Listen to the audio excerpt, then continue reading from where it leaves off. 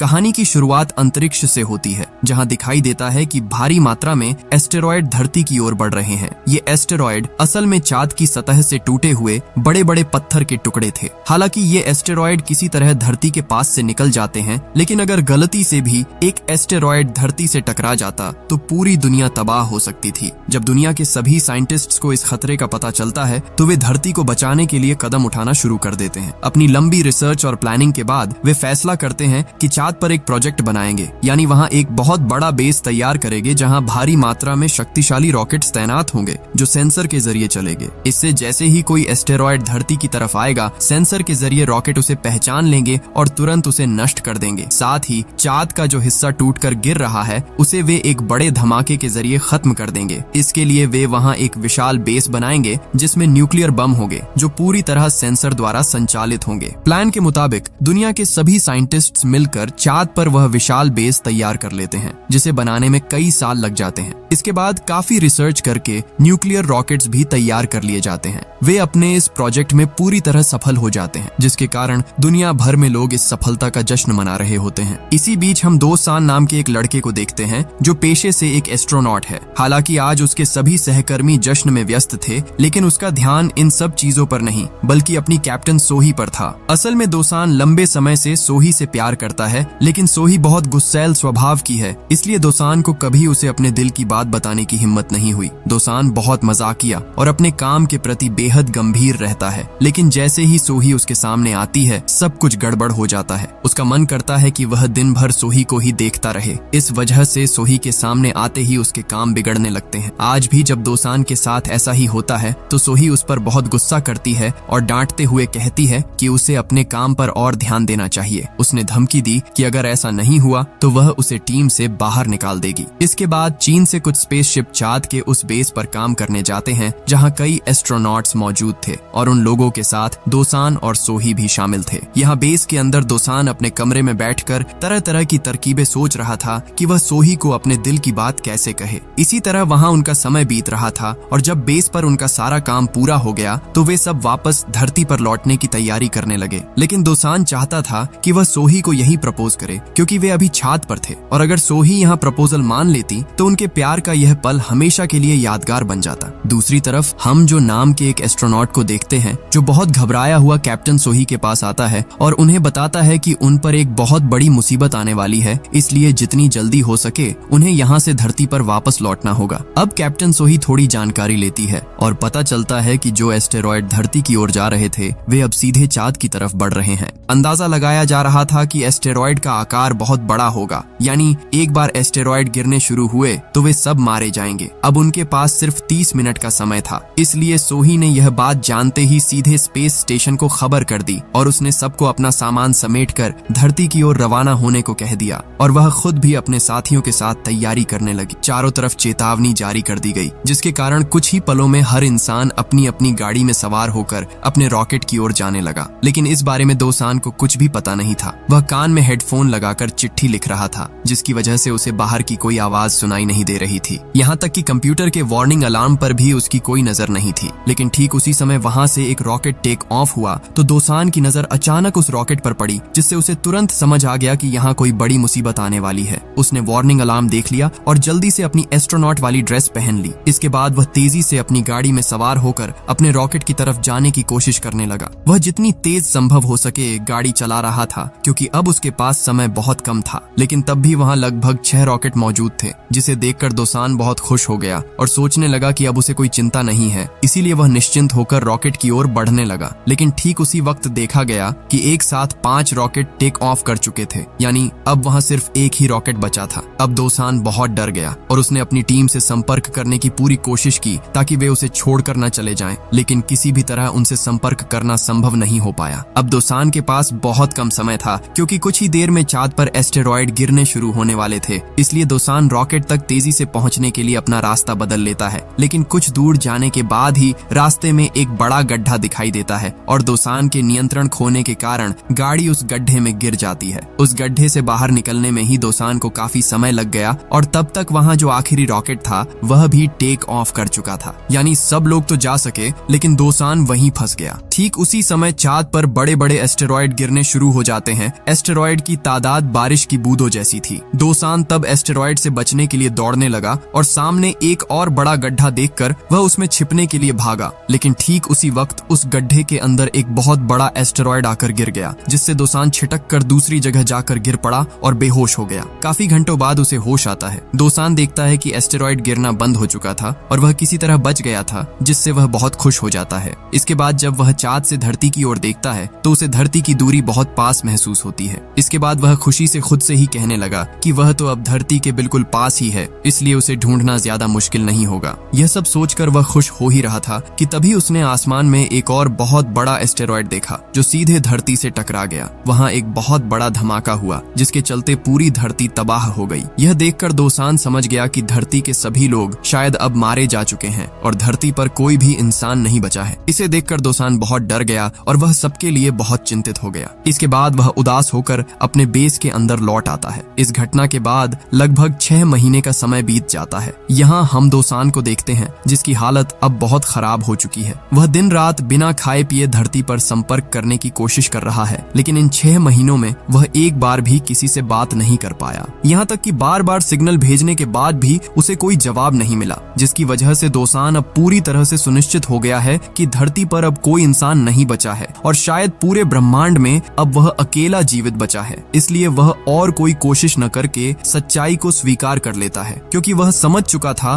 कि उसे यही मरना है। इस कारण अब वह जितने दिन भी जीवित रहेगा वह ठीक वही काम करेगा जो वह करना तो चाहता था लेकिन कर नहीं पाया था, यानी वह अपनी छोटी छोटी इच्छाएं पूरी करेगा। सौभाग्य से उसके पास भरपूर मात्रा में खाना और पानी था, क्योंकि वहां कई वर्षों तक रहने वाले एस्ट्रोनॉट्स के लिए खाना जमा था, जिसके सहारे दोसान आराम से जीवित रह सकता था। दोसान अब धरती के उन सभी लोगों को श्रद्धांजलि देता है जो मारे जा चुके थे। इसके बाद वह अपनी इच्छाएं पूरी करने में लग जाता है, जिनमें से उसकी पहली इच्छा कैप्टन सोही के कमरे में जाना था। वह वास्तव में मरने से पहले अपनी प्रेमिका का कमरा देखना चाहता था, क्योंकि अब वह चाहकर भी सोही को देख नहीं सकता था। इसलिए वह कैप्टन सोही के कमरे में जाने की बहुत कोशिश करता था, लेकिन कमरे में जाने के लिए पासवर्ड डालना पड़ता था और पासवर्ड तो उसे पता नहीं था। इसलिए वह काफी देर तक गलत पासवर्ड डालकर थक जाता है और सोही के कमरे का दरवाजा न खुलने पर वह बहुत निराश हो जाता है। अब उसकी दूसरी इच्छा चाँद की सतह पर स्केटिंग करने की थी, इसलिए वह अपना सारा सामान लेकर तैयार हो गया और बेस से बाहर निकलकर सीधा जमीन पर जा खड़ा हुआ। इसके बाद वह ठीक वैसे ही स्केटिंग करने की कोशिश करने लगा जैसे बर्फ पर की जाती है, लेकिन चाँद की मिट्टी बर्फ से बिल्कुल अलग थी, इसलिए स्केटिंग करने में उसे बहुत समस्या हो रही थी। वह किसी भी तरह चाँद की मिट्टी पर स्केटिंग नहीं कर पा रहा था, लेकिन लगातार कई दिनों की कोशिश के बाद उसने किसी तरह स्केटिंग सीख ही ली, जिसके कारण वह अपना ज्यादातर समय स्केटिंग करते हुए बिताने लगा। लेकिन सोही के कमरे में जाने का उसका सपना अभी भी अधूरा था, इसलिए वह लगातार नए नए पासवर्ड के जरिए सोही के कमरे में जाने की कोशिश करता रहता था। लेकिन आज भी जब काफी कोशिशों के बाद भी दरवाजा नहीं खुला तो उसे बहुत गुस्सा आ गया और उसी समय उसके दिमाग में एक आइडिया आया। उसने तुरंत वहां छोटे मोटे धमाके के जरिए दरवाजा खोल लिया, जिससे वह बहुत खुश हो गया। इसके बाद वह सोही के कमरे को ध्यान से देखता है, जहां सोही की एक तस्वीर भी थी। अब वह खुद भी एकदम फ्रेश हो गया और उसने सोही की तस्वीर को अपने सामने बैठाया। वह वास्तव में सोही की तस्वीर के साथ एक डेट का आयोजन कर रहा था और ऐसा व्यवहार कर रहा था मानो उसके सामने सोही बैठी हो। वह सोही को सॉस देने के लिए हाथ बढ़ाता है, लेकिन गलती से उसके हाथ से सोही के चेहरे पर थोड़ा सॉस गिर जाता है। जब दोसान सोही के चेहरे की तरफ देखता है तो वह अनजाने में ही सोही की तस्वीर को चूम लेता है। इसी समय यह दिखाई देता है कि स्पेस स्टेशन पर एक और नया स्पेस स्टेशन बनाया गया है, जो वास्तव में उनका हेडक्वार्टर था और उस हेडक्वार्टर से दोसान की पूरी टीम उसे देख रही थी। यानी धरती वास्तव में बिल्कुल ठीक है, धरती के सभी लोग जीवित हैं और दोसान को बचाने के लिए उसके टीम मेंबर्स कई दिनों से कोशिश कर रहे हैं। दोसान की ऐसी हरकतें देखकर वहां मौजूद सभी लोग अपना सिर झुका लेते हैं, लेकिन कैप्टन सोही जब यह देखती है तो वह हैरान रह जाती है, क्योंकि उसने कभी कल्पना भी नहीं की थी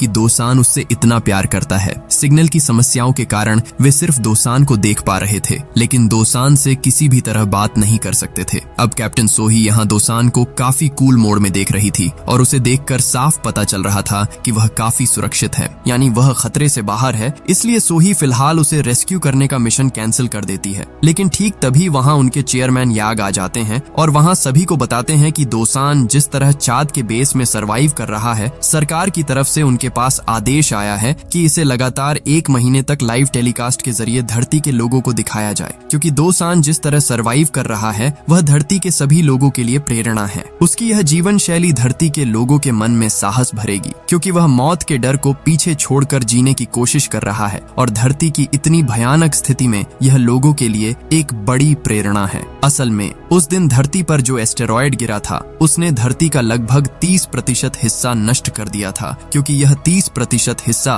पूरी तरह से पानी के नीचे चला गया है और इसके कारण धरती के बहुत से लोग मारे भी गए हैं। लेकिन अब जो लोग जीवित हैं वे बहुत कष्ट में अपना जीवन बिता रहे हैं। यहाँ तक कि इस भयानक नुकसान का सामना पूरी दुनिया के लोग कर रहे हैं। इसलिए उन्हें नई तरह से जीने की प्रेरणा देने के लिए सरकार ने दोसान को लाइव टेलीकास्ट के माध्यम से सबको दिखाने के लिए कहा है, क्योंकि अगर दोसान अकेले मौत को भुलाकर सरवाइव कर सकता है तो धरती पर तो वे सब एक साथ सरवाइव कर रहे हैं। लेकिन एस्ट्रोनॉट्स की टीम में जो नाम का जो व्यक्ति था उसने वहाँ सबको कहा कि दोसान लोगों के मन में प्रेरणा देने लायक इंसान नहीं है। उसे इस काम के लिए भरोसा करना ठीक नहीं होगा, क्योंकि वह किसी भी समय कुछ भी अजीब काम कर सकता है। लेकिन तभी कैप्टन सोही ने उन सभी को कहा कि चिंता की कोई बात नहीं है, क्योंकि वे दोसान की आवाज नहीं सुन सकते। इसलिए उन्होंने फैसला किया है कि वे दोसान के वीडियो की डबिंग करेंगे और इस तरह डबिंग करके ही वे किसी भी समय लोगों को कोई भी मैसेज दे सकेंगे। अब कैप्टन सोही प्रेस कॉन्फ्रेंस के माध्यम से धरती के लोगों को दोसान के बारे में कुछ मनगढ़ंत कहानियां सुनाती है जो लोगों के मन में प्रेरणा भर देगी। सोही तब लाइव स्ट्रीम पर जाकर धरती के सभी लोगों को संबोधित करते हुए कहती है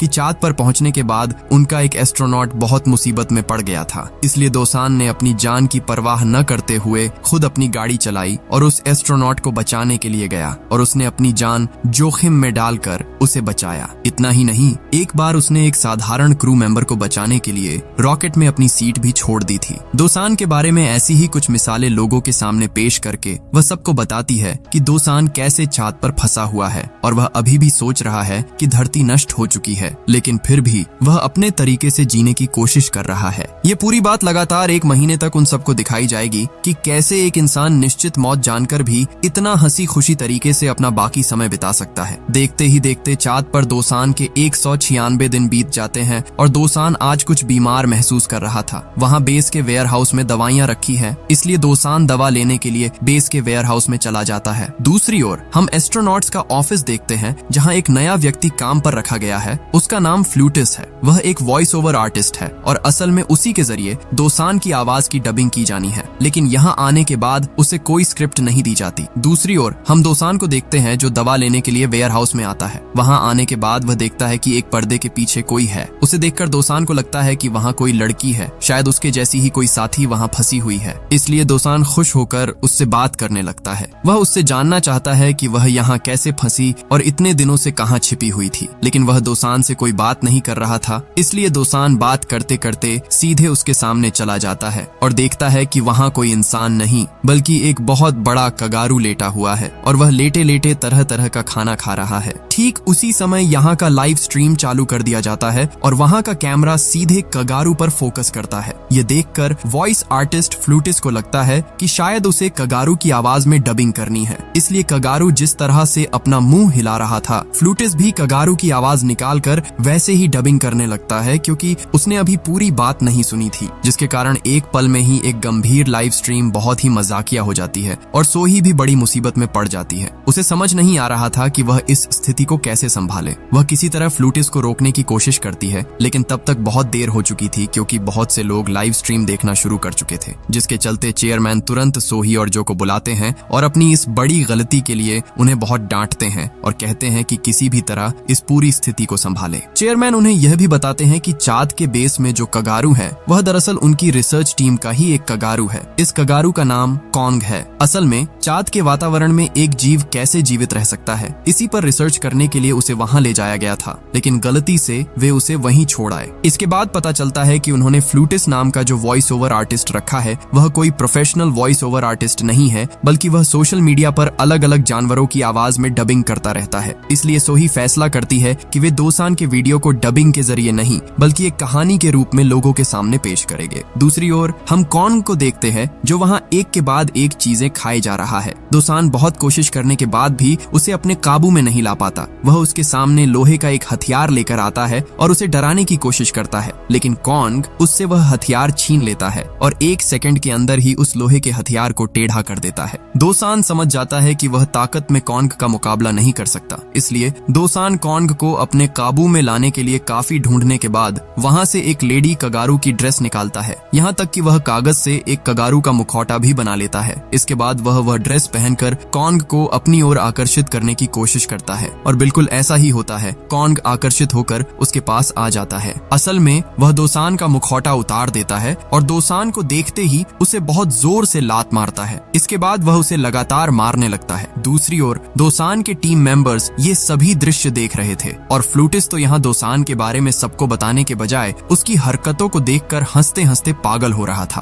अब सोही अपने टीम मेंबर्स के साथ बैठकर सब कुछ प्लान कर रही थी कि वे काम को ठीक से कैसे संचालित करेंगे। लेकिन तभी वहाँ जू आता है और उन्हें बताता है कि चाँद पर दोसान और कॉन्ग के बीच एक बहुत बड़ी फाइट होने वाली है। उन दोनों ने शायद एक दूसरे को चुनौती दी है। अब इस फाइटिंग मैच की खबर सुनकर सब बहुत एक्साइटेड हो जाते हैं। दर्शक उन दोनों को देखने के लिए बेसब्री से इंतजार कर रहे थे और सोही व उसकी टीम यह देखना चाहती थी कि दोसान आखिर क्या करने वाला है। कुछ ही देर में दोसान और कॉन्ग के बीच लड़ाई शुरू हो जाती है। दोसान अलग अलग तरीकों से कॉन्ग को हराने की कोशिश कर रहा था, यहाँ तक कि उसने एक गन भी ली थी जिससे छोटे छोटे बॉल्स निकल रहे थे, जिससे चारों तरफ हड़कंप मच गया था। उन दोनों के बीच जबरदस्त लड़ाई हो रही थी। एक पल पर दोसान गुस्से में कॉन्ग को इतनी जोर से थप्पड़ मारता है कि कॉन्ग उसे पलटकर थप्पड़ मार देता है, जिससे उसका गाल बिल्कुल लाल हो जाता है। हालांकि कॉन्ग पहले डरने का नाटक करता है, लेकिन थोड़ी ही देर बाद वह उसके सामने आकर इतनी जोर से लात मारता है कि वह तुरंत छिटक कर गिर जाता है और बेहोश हो जाता है। दोसान की यह हालत देखकर सोही बहुत डर जाती है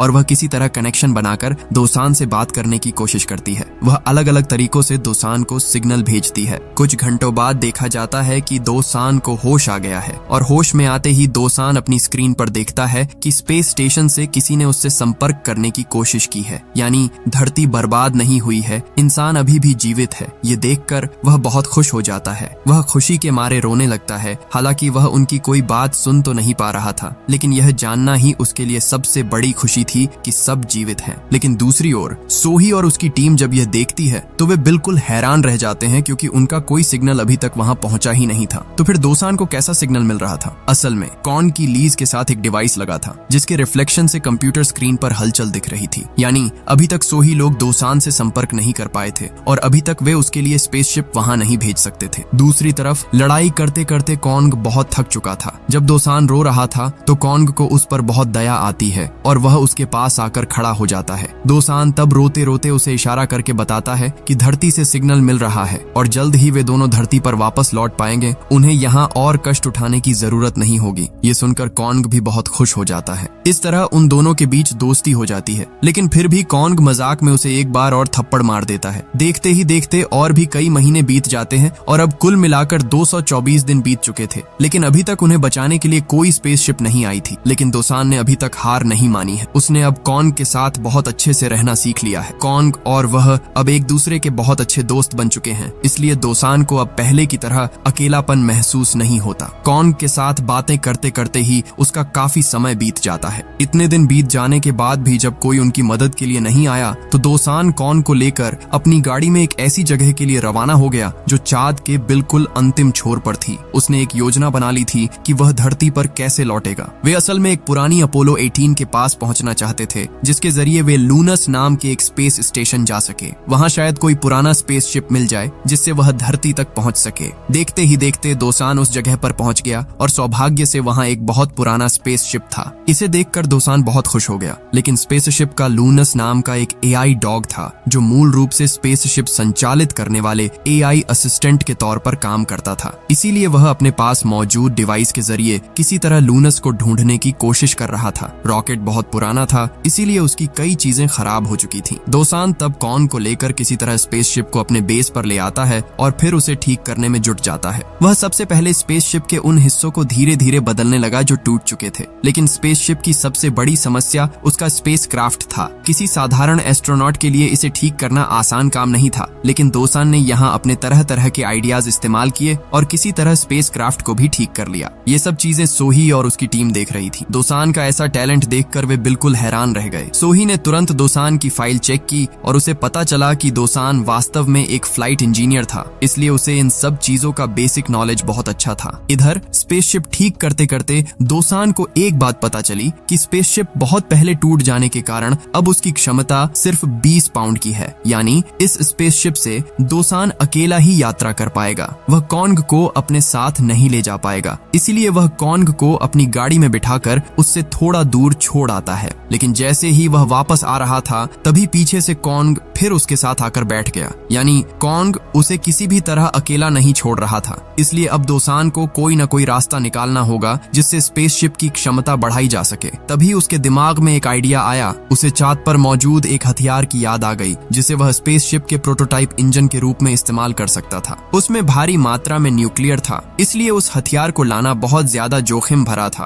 क्योंकि किसी भी समय धमाका हो सकता था। इसलिए दोसान कॉन्ग को वहीं छोड़कर अकेले ही उस हथियार को लाने जाना चाहता था। लेकिन इस जोखिम को समझने के बाद भी कॉन्ग उसका साथ देना चाहता था। इसलिए अब वे दोनों मिलकर उस हथियार को लाने के लिए निकल पड़ते हैं। दूसरी ओर सोही एस्ट्रोनॉट जू से जानना चाहती थी कि दोसान जो काम करना चाहता है क्या वह सफल होगा। एस्ट्रोनॉट जू ने उसे बताया कि दोसान की योजना बिल्कुल सही है, लेकिन उस हथियार को सूर्यास्त से पहले ही ले आना होगा, वरना बाद में वह उसे नहीं ला पाएगा क्योंकि वह जिस गाड़ी का इस्तेमाल कर रहा है वह सिर्फ सूरज की रोशनी के कारण ही चल रही है। इसके बाद उन्होंने रिसर्च की और जाना कि चांद का एक दिन धरती के 14 दिनों के बराबर है। यानी पृथ्वी पर जहां पहुंचने में एक दिन लगता है वहां चांद पर लगभग 14 दिन लगेंगे। इसका मतलब है कि अगर एक बार सूरज डूब गया और दोसान अपने बेस पर नहीं पहुंच पाया तो उसे लगभग 14 दिनों तक एक ही जगह पर फंसे रहना पड़ेगा। यानी जब तक सूरज फिर से नहीं उगता तब तक उसे वहीं रहना होगा। ये जानकर वे सब बहुत चिंतित हो गए क्योंकि वह प्रोटोटाइप हथियार बहुत दूर था। हालांकि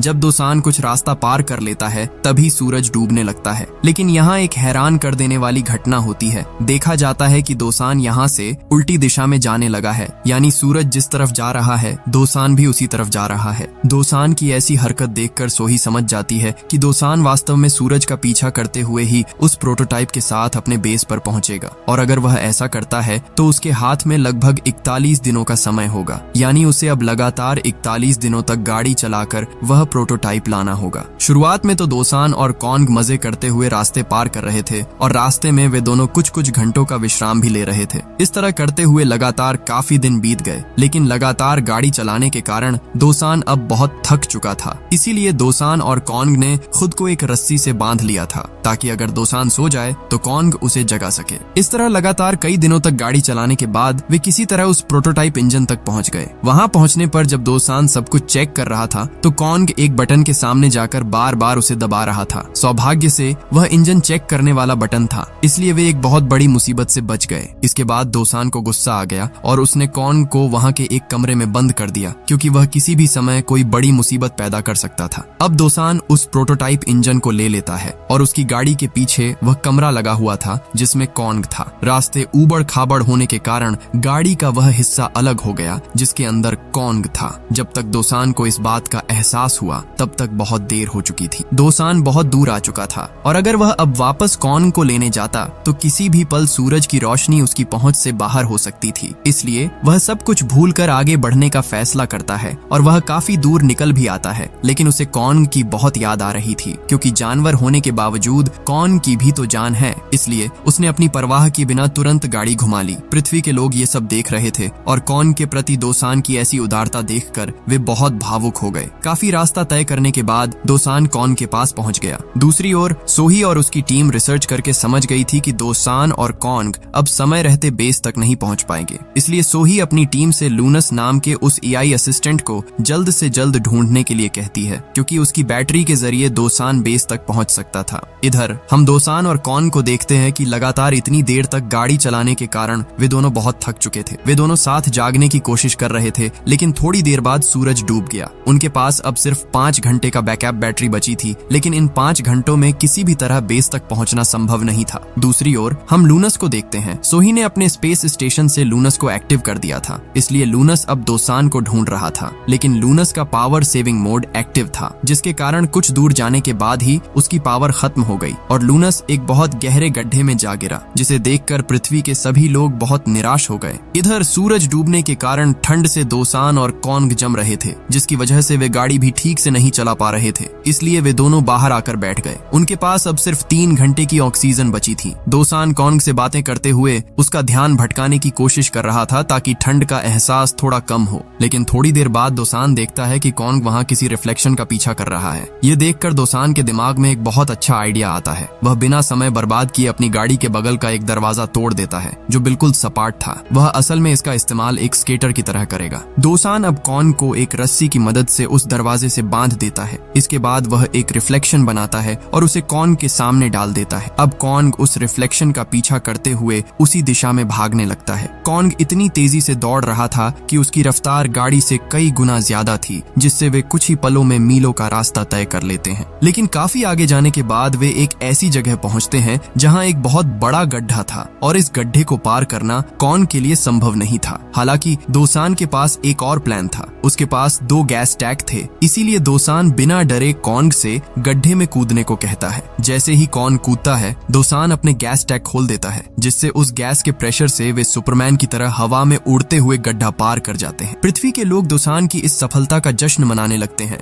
सब लोग उसकी इस बुद्धि और बहादुरी से बहुत खुश थे और दुनिया भर से उसे सम्मान और पुरस्कार मिलने लगे। अंततः काफी कोशिशों के बाद दोसान और कॉन्ग किसी तरह उस न्यूक्लियर बम और प्रोटोटाइप इंजन को अपने बेस तक ले आते हैं। दूसरी तरफ सोही अपने चेयरमैन को बताती है कि अगले 3 महीनों में उनका सारा कम्युनिकेशन सिस्टम ठीक हो जाएगा और तब वे सीधे दोसान से बात कर पाएंगे। इतना ही नहीं, वे दोसान को वापस लाने के लिए स्पेसशिप भी भेज सकेंगे। यानी धीरे धीरे सब कुछ ठीक हो रहा था और दोसान भी अब बहुत खुश था, क्योंकि वह अब प्रोटोटाइप इंजन का इस्तेमाल करके कॉन्ग के साथ धरती पर लौटने वाला था। लेकिन अंतरिक्ष की एक और भयानक सच्चाई के बारे में कोई नहीं जानता था। पृथ्वी की ओर एक और बहुत बड़ा एस्टेरॉयड बढ़ रहा था। इसका आकार इतना विशाल था कि यह चांद और पृथ्वी दोनों को नष्ट कर सकता था। इस एस्टेरॉयड का नाम पाई था। इधर दोसान मजे से कॉन्ग के साथ खेल रहा था, लेकिन थोड़ी ही देर बाद वह देखता है कि कॉन्ग वहां के कुछ तार हिला रहा है, जिससे कंप्यूटर स्क्रीन पर कुछ सिग्नल दिखाई देने लगते हैं। ये देखकर उसे समझ आता है कि पिछली बार भी जो सिग्नल मिले थे वे कॉन्ग की वजह से ही थे।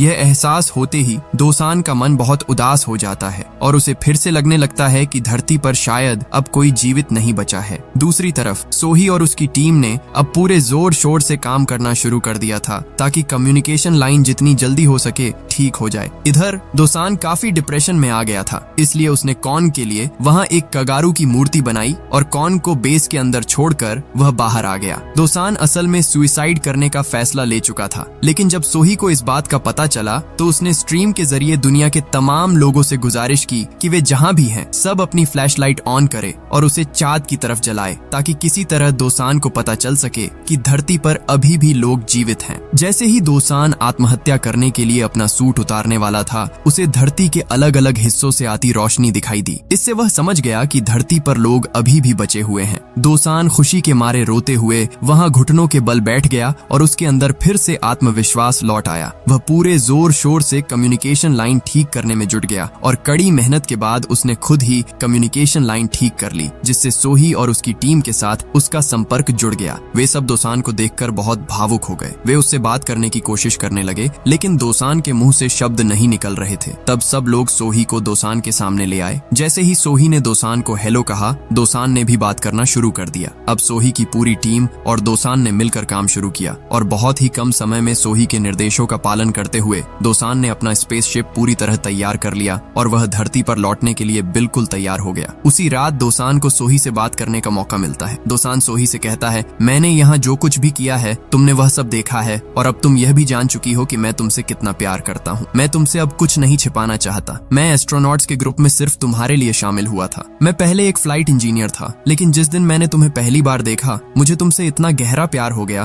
कि तब से मेरी पूरी जिंदगी में बस तुम ही हो। इसी वजह से बहुत मेहनत करके मैं इंजीनियर सेक्टर से इस सेक्टर में आया और तुम्हारी टीम में शामिल हुआ। ये जानकर सोही बहुत हैरान हो जाती है कि कोई इंसान किसी के लिए इतना पागल कैसे हो सकता है, लेकिन अंदर ही अंदर उसे यह जानकर बहुत अच्छा लगता है और धीरे धीरे उसके मन में भी दोसान के लिए भावनाएं पैदा होने लगती हैं। अगले दिन दोसान कॉन्ग को लेकर धरती पर लौटने के लिए पूरी तरह तैयार हो जाता है। वे स्पेसशिप में चढ़कर लॉन्च करते हैं, जिसे देखकर धरती के सभी लोग बहुत खुश थे, क्योंकि 983 दिनों बाद वे दोनों छाद से धरती पर लौट रहे थे। अब वे मुख्य स्पेस स्टेशन पहुंच चुके थे। दूसरी ओर जू एक आपातकालीन मीटिंग बुलाता है और सबको बताता है कि अब धरती की ओर पाई नाम का एक भयानक एस्टेरॉयड बढ़ रहा है। अगर इसे किसी तरह नष्ट नहीं किया गया तो पूरी पृथ्वी और छाद का अस्तित्व ही खत्म हो जाएगा। यह जानकर सब बहुत डर जाते हैं। वे रिसर्च के जरिए उस एस्टेरॉयड को अंतरिक्ष में ही नष्ट करने की योजना बनाते हैं, लेकिन उनके पास अब सिर्फ एक ही रास्ता बचा था, दोसान। क्योंकि दोसान के स्पेसशिप का इंजन वास्तव में एक बहुत बड़ा न्यूक्लियर बम था। सिर्फ दोसान ही उस बम को सीधे एस्टेरॉयड के अंदर तक ले जा सकता था। लेकिन वे सब यह भी जानते थे कि अगर दोसान ने यह किया तो वह खुद भी जीवित नहीं बचेगा, क्योंकि बम फटते ही वह भी मारा जाएगा। अब पूरी दुनिया को बचाने का जिम्मा दोसान पर था। चेयरमैन ने सोही से कहा कि वह दोसान को यह सब बताए। हालांकि सोही ऐसा बिल्कुल नहीं करना चाहती थी, लेकिन पूरी मानवता की खातिर वह उसे सब बताने ही वाली थी कि उससे पहले ही दोसान ने उसे बता दिया कि वह यह काम करने के लिए तैयार है। दरअसल जब सोही चेयरमैन से बात कर रही थी तब उनका माइक्रोफोन ऑन था, जिससे दोसान ने सब सुन लिया था। दोसान अब अपनी जान देकर भी धरती को बचाना चाहता था। सोही उसे ऐसा करने से रोकने की पूरी कोशिश करती है, लेकिन दोसान जानता था कि यह सोही से उसकी आखिरी बातचीत है। उसने सोही से कहा कि वह हमेशा उसे दिल से प्यार करता रहेगा और चाहता है कि सोही हमेशा खुश रहे। अगर उसे कुछ हो भी जाए तो सोही को दुखी नहीं होना है, बल्कि अपनी जिंदगी नए सिरे से शुरू करनी है। उसने बस इतना कहा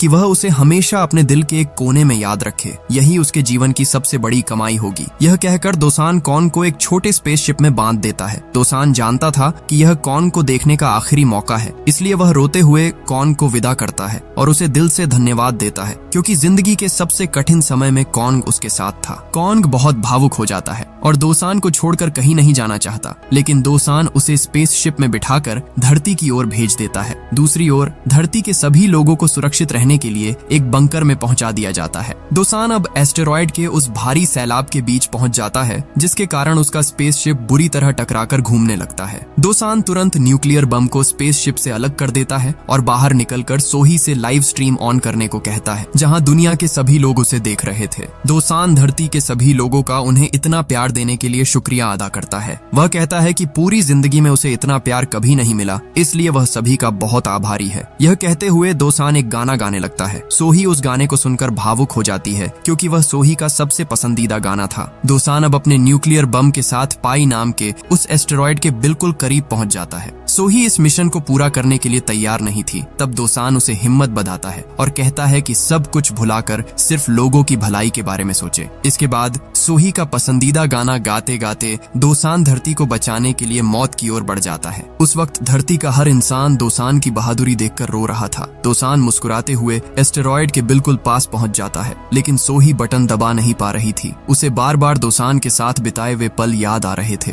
तब दोसान उसे उसकी जिम्मेदारी याद दिलाता है और कहता है कि अगर सोही सच में उससे प्यार करती है तो उसे यह मिशन पूरा करना होगा, क्योंकि दोसान भी यही चाहता है। अगले ही पल अंतरिक्ष में एक बहुत बड़ा धमाका होता है। पाई एस्टेरॉयड छोटे छोटे टुकड़ों में टूट जाता है। एस्टेरॉयड के ये टुकड़े धरती से टूटते हुए तारों की तरह लग रहे थे, जिसे दुनिया का हर इंसान देख रहा था। सब लोग दोसान के इस बलिदान और साहस को सलाम कर रहे थे। कॉन्ग भी इस दृश्य को देख रहा था, यानी वह सुरक्षित रूप से धरती पर पहुंच चुका था। भीड़ में एक लड़का अपनी छोटी बहन से कहता है कि आज उन्हें जो नई जिंदगी मिली है वह सिर्फ मून मैन की वजह से है। देखते ही देखते 10 साल बीत जाते हैं। दोसान के बलिदान और लोगों की कड़ी मेहनत से धरती पर सब कुछ फिर से सामान्य हो गया है। अब नए चेयरमैन बताते हैं कि 10 साल बाद इंसान आज फिर से चांद पर जाने के लिए रवाना हुआ है। सोही अपनी पूरी टीम के साथ चांद पर जाती है और जैसे ही वह वहां लैंड करती है उसे अपनी कल्पना में दोसान दिखाई देता है। उसे देखकर सोही फूट फूट कर रोने लगती है। सोही असल में आज भी दोसान को भूल नहीं पाई है। सोही चांद पर खड़ी होकर धरती की ओर देखती है और उसके बगल में खड़ा था दोसान, जिसे वह अपनी कल्पनाओं में महसूस कर रही थी। सोही दोसान को इशारा करते हुए कहती है, वो जो तुम धरती के चारों ओर गोल तारे देख रहे हो वो एस्टेरॉयड के अवशेष है, जिसमें तुम भी शामिल हो। जब तक धरती खत्म नहीं होती तुम्हारी यादें इसी तरह धरती के चारों ओर रहेगी और तुम हमेशा मेरे दिल में बसे रहोगे। और इसी के साथ यह कहानी खत्म हो जाती है।